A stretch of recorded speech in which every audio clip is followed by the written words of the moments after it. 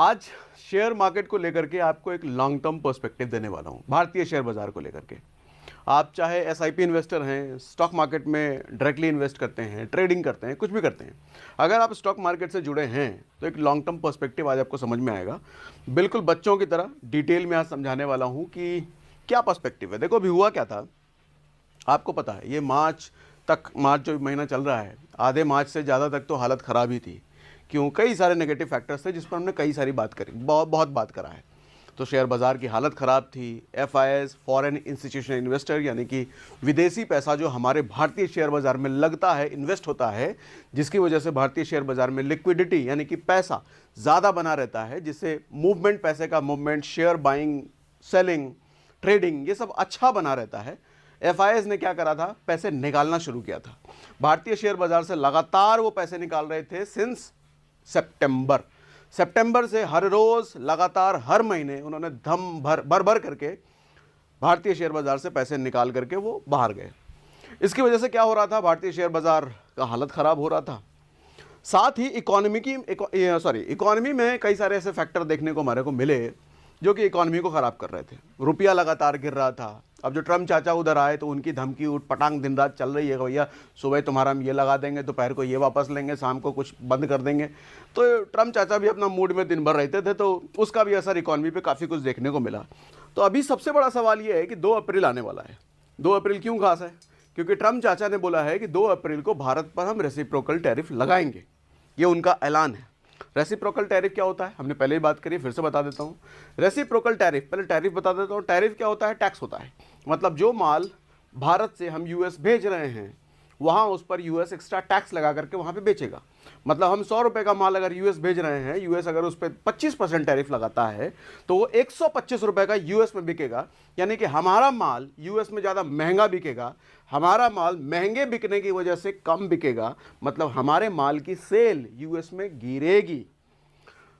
तो ट्रम्प का ये कहना था कि भारत यूएस से आने वाले प्रोडक्ट पर टैरिफ लगाता है। कितना लगाता है? 20%, 25%, कई सारे प्रोडक्ट पर 100% तक टैरिफ लगाता है। मतलब यूएस से माल अगर कोई 100 रुपये का आता है तो यहाँ आते ही वो 200 रुपये का हो जाता है। भारतीय बाजार में वो 200 का बिकता है, जिसकी वजह से यूएस के मार्केट, यूएस का प्रोडक्ट का सेल हमारे यहाँ गिरता है, जिससे यूएस का धंधा खराब होता है। तो ट्रम्प की धमकी ये थी कि भारत पर हम रेसिप्रोकल टैरिफ लगाएंगे। रेसिप्रोकल मतलब जितना तुम लगा रहे हो उतना ही हम भी लगाएंगे। तुम 25% लगा रहे हो, हम भी 25%। तुम 100% लगा रहे हो, हम भी 100%। अगर ऐसा हो जाता है तो भारत की इकोनॉमी पर संकट नहीं, बहुत बड़ा संकट आएगा। लेकिन क्या ये पॉसिबल है? 2 तारीख को ट्रंप ने जो बोला है कि रेसिप्रोकल टैरिफ लगा देंगे भारत पर, क्या वो लगाएंगे? इतना आसान होगा या इन दिनों फैक्टर्स कुछ बदले हैं?